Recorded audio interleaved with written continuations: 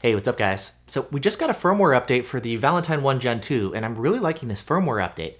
It looks like it's going to address some of the biggest weaknesses in my eyes that I've been seeing here with this detector to make it more trustworthy, meaning it's going to do a better job of actually alerting to alerts that you need to know and filtering out some false alerts, including some of the Ka-band falses that have been plaguing this detector.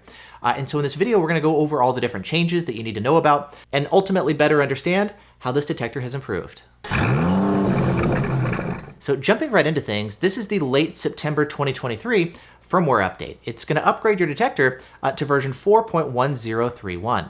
Now, the first improvement that Valentine has made is they've added detection now for the LTI TruSpeed S LiDAR gun. Now, this is something that's pretty easy to quickly demo and verify.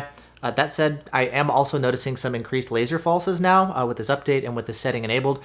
But to quickly just go ahead and target and kind of demo this, let's wake up the gun and target the V1. And there's your alerts right there to the TruSpeed S. So it definitely does alert now. But with the setting enabled now for being able to detect this gun, I am noticing increased falses so far. We'll have to see kind of like as you guys are driving around with it. There's another one, kind of what people are reporting as far as laser falses now. In the updated app, there's a setting that's available now to toggle detection of guns like the TruSpeed S. If you go up into the settings and then you go into the profile that you want, if you now go into the section that says Special, at the very bottom, you can see there's an option that says fast laser detection. That's for detecting laser guns with fast pulse rates. It is on by default. If you like, you have the option to turn it off. Testing just kind of sitting here. I have noticed that if I turn this off, it cuts out a lot of these false alerts that I've been seeing here with the V1. But if you have it turned on, you can detect the gun, but it looks like kind of at the expense of some additional false alerts. I'm not entirely sure what it is, whether or not it's like my phone's IR sensor or the computer or something. We'll, of course, have to see once we get it out on the road and start driving with it. But I presume that's actually why they've added it here as a toggle and not just like built it into laser detection in general. So again, we're just kind of testing and learning. Please let me know kind of like as you guys are driving around what your experience is with this setting enabled too. Now, the next update that they mentioned is going to be for radar detection and specifically for Ka-band falses. And Valentine's saying that they've improved the Ka-band false alarm rejection. And this update in particular is something that I was very excited to see. One of the biggest issues that I've had actually driving around with the V1 Gen 2 is it definitely does false more to Ka than like your Unidens, Redensos, Escorts, etc. For that reason, when I'm driving around, I start getting just little blips of radar on Ka-band. Over time, it makes me not necessarily trust the detector the way I would with maybe some other brands that are more, well, I guess, trustworthy. Like when they go off to Ka, I actually believe them. With this one, that is kind of like the boy who cried wolf too much on Ka-band, which is something I'm never a big fan of, you know? And so seeing this new update, as far as its ability to now cut down on those Ka falses, we of course now just came out today. We all got to do our testing and see like how effective it is, but I'm assuming they did a good job.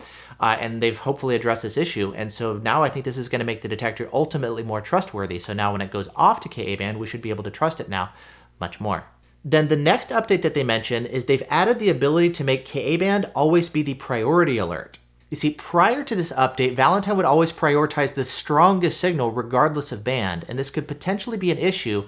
Let's say, like I've got this here, I have very little legitimate K-band, but I've got a lot of Ka-band. And there could be situations where maybe I'm driving past like a shopping center or a door opener or a speed sign or something, and it's alerting to like a strong K-band signal, but it's not going to be like audibly alerting me to a Ka-band source that may be like a weak blip farther up ahead, which I may have previously also kind of ignored due to the pulsing issues, but now that the detector is more trustworthy, I really want to know about these Ka blips, you know? And so now having the ability for the detector to prioritize Ka-band independent of signal strength, I think is a really important update. I always prioritize Ka-band over K and X-band on my other detectors, and I'm really glad to see that this feature is now available here on the V1 Gen 2 as well. Now, by default, though, this feature is going to be turned off, and if you have a lot of K-band in use in your area, you can leave it turned off. That way, all strong signals are going to be, prioritized, something that's potentially really close, more likely a threat.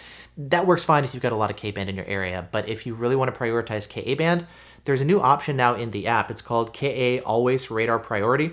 You can go ahead and turn that on, and that's always going to prioritize Ka-band over X and K-band and whatnot. So that's the new option. You are going to actually have to update the app itself. There's an update available in the App Store, and when you do that, you'll get some of these new settings available here in the kind of special section for the different profiles. Now, the next improvement is that the detector now allows a memo in logic or advanced logic modes when a muted alert is present and a new unmuted alert is encountered.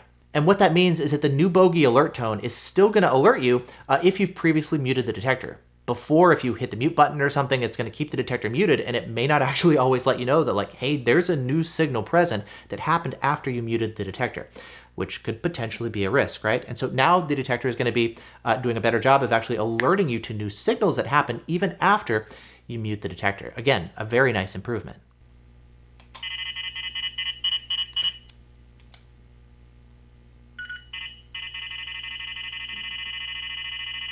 Now, the next update that they mention is that they've improved the display responsiveness when muting alerts. This one's pretty self-explanatory, but we can go ahead and just kind of demo it real quick to illustrate the display's responsiveness after you mute a signal.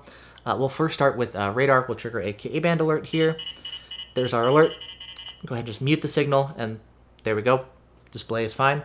We're going to trigger, I guess, laser next just to see what that's like. We'll do the TruSpeed S again because we can. Trigger an alert, and there's my alert. That's muted too. Even though the radar signal is gone, the laser one's getting muted.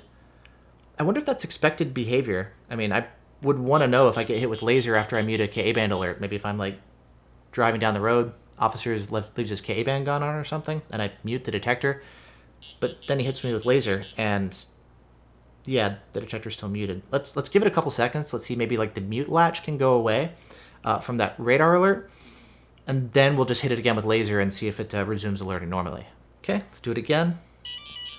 There we go. That's the normal behavior. That's what I would expect. Go ahead and just mute the detector, and cool, the mute kicks in, so that's fine. That's not the behavior that I would like, but I guess, I mean, part of this update is like improving the fact that if you mute the detector once, it should alert you to subsequent signals. I guess that doesn't necessarily apply to laser alerts. So again, this is what testing is all about, but okay, I guess the display responsiveness for muting signals is good. So that's cool. And then finally, getting back to the updates, the last one that they mention is that this update is going to allow apps using the ESP connection, or the Bluetooth communication protocol, to unmute signals that were muted by V1 algorithms. This is essentially saying that apps have the ability to unmute signals that were actually muted by the V1's algorithms itself. A good example I was just playing with off camera here is addressing this issue that we just saw with like radar mutes, muting a follow-up laser alert. I'll go ahead and do a quick demo here running V1 Companion here on iOS so you can see what happens in that instance. So we're going to go ahead and trigger a K8 alert again. Strong 34.7, So 34.675 go ahead and mute that. from the Awesome. The app is alerting. You can see it's kind of doing this extra like screen blink stuff, in addition, right, extra features. Anyways, we're going to go ahead and trigger a laser alert next. Let's go ahead and hit the V1. Laser, laser. Laser, laser. Laser, laser.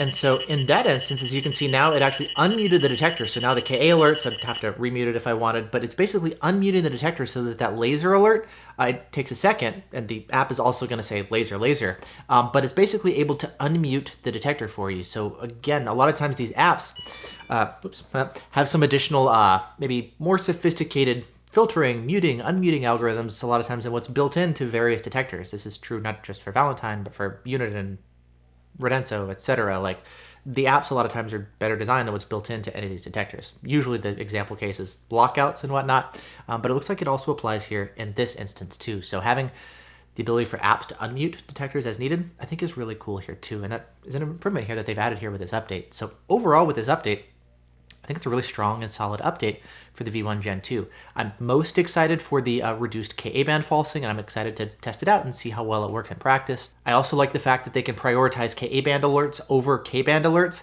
regardless of signal strength. That's a very welcome change, and I'm glad to see that's available now too. As far as BSM filtering, that is still unchanged. I was testing this update out earlier. I got a Honda BSM false driving around down the road.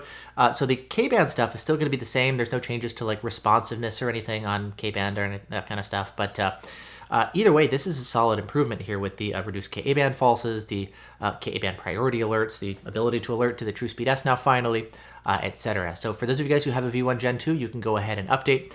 Down in the description, underneath the like button, I'm going to have all the information that you guys need as far as, where you can download the V1 Connection app to actually update your detector. Free app available for Android and iOS, where you can order the V1 itself if you don't have one yet. And then, of course, the full discussion area on the forums where we're all discussing kind of what we're finding as we update, test, etc. And so, as always, more information will be available for you guys down below.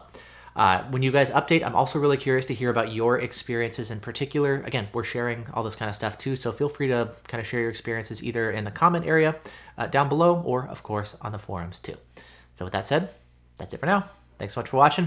Hope you guys are doing great, and I'll see you in the next video.